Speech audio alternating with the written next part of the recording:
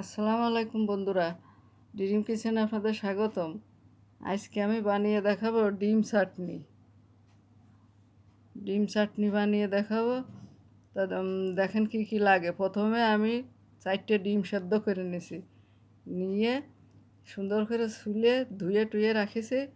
এখন টমেটো কুচি, তারপরে খিরেই কুচি, এগুলো সব এক এক করে দিয়ে ভালো একটা মশলা মাখিয়ে নেব। 4টে ডিম সেদ্ধ করে নিয়েছি, এই টমেটো, তারপরে খিরে কুচি, পেঁয়াজ কুচি, ধনে পাতা কুচি, মরিচ কুচি, 1 পিস লেবু, এটা হচ্ছে বিট লবণ, এটা হচ্ছে জিরের গুঁড়ো। এগুলো সব একসাথে দিয়ে সুন্দর করে মাখিয়ে নেব। এটা হলো তেঁতুলি চাটনি, এটা হলো কাসন্দি, এটা হচ্ছে এটা হচ্ছে টমেটো সস, আর এটা তেঁতুলি চাটনি। এবার ডিম চাটনি বানানোর জন্য ডিম চাটনির মশলাটা সুন্দর করে মাখিয়ে রেডি করে নেব। এবার হলো ক্ষীরে দেওয়া হয়ে গেছে, দেবো, ওই মশলাগুলো দিয়ে দেবো। পেঁয়াজ কুচি, মরিচ কুচি, সবগুলো এক একে দিয়ে দেবো, ধনে পাতা সবগুলো দিয়ে দেবো। এটা হচ্ছে বিট লবণ, জিরের গুঁড়ো, বিট লবণ আর জিরের গুঁড়ো, এই দুটো দিয়ে দিলাম। আচ্ছা, কাসুন্দি 2 চামচ, কাসুন্দি,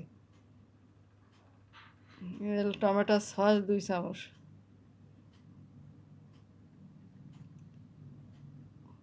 এটা হচ্ছে তেঁতুলির চাটনি, এটা হচ্ছে পরে দিতে হবে, এখন না। এগুলো আগে প্রথমে মাখিয়ে নিয়ে সুন্দর করে 1 পিস লেবুর রস ভালো করে সুন্দর করে চিপিয়ে দিয়ে দিলাম। এবার সুন্দর করে চটকিয়ে মাখিয়ে নেব। খুব স্বাদের জিনিস একটা বানাচ্ছি, এত স্বাদ ডিম চাটনি। যারা খাইছে তারা বোঝে, আর যারা না খাইছে তারা এইভাবে বানিয়ে খাইয়ে দেখবেন যে কত সুন্দর একটা স্বাদের জিনিস, খুবই ভালো লাগে। তো যাই হোক, এখন মাখানোটা আমার হয়ে গেছে।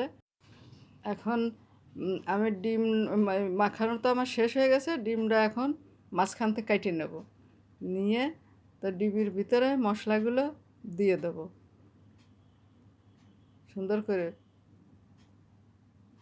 হ্যাঁ, হয়ে গেছে। এখন এগুলো দিয়ে দেবো।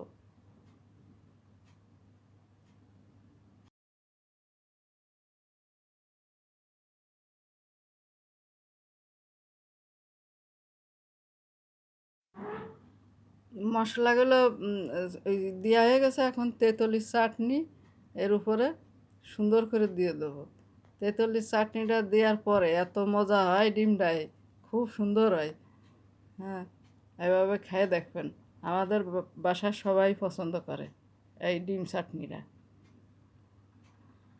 এবার আর একটা মাঝখান থেকে কাটিয়ে তাও একদম 2 ভাগ করে ফেলবো। 2 ভাগ করে ওর উপরে মশলা দিয়ে দেবো। 4টে ডিমই এইভাবে মাঝখানতে চিড়ে, তারপরে এইভাবে মশলা সবকে দিয়ে রেডি করে নেব সুন্দর করে।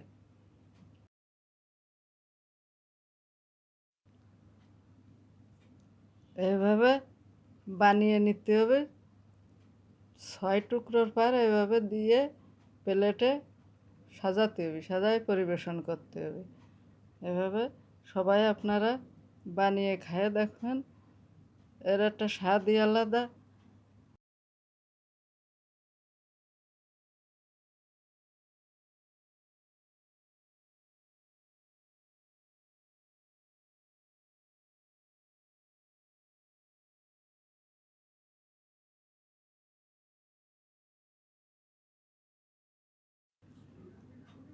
বন্ধুরা, আমার রেসিপিটা কত সুন্দর হয়েছে দেখেন। এই আজকের মতো রেসিপি এখানেই শেষ। আগামী পর্বে অন্য রেসিপি নিয়ে হাজির হব। আমার এই রেসিপিটা যদি আপনাদের পছন্দ হয়ে থাকে, ভালো লেগে থাকে, তাহলে লাইক কমেন্ট শেয়ার করে দেবেন। আর আপনারা সবাই ভালো থাকবেন, সুস্থ থাকবেন। আসসালামু আলাইকুম, আল্লাহ হাফেজ।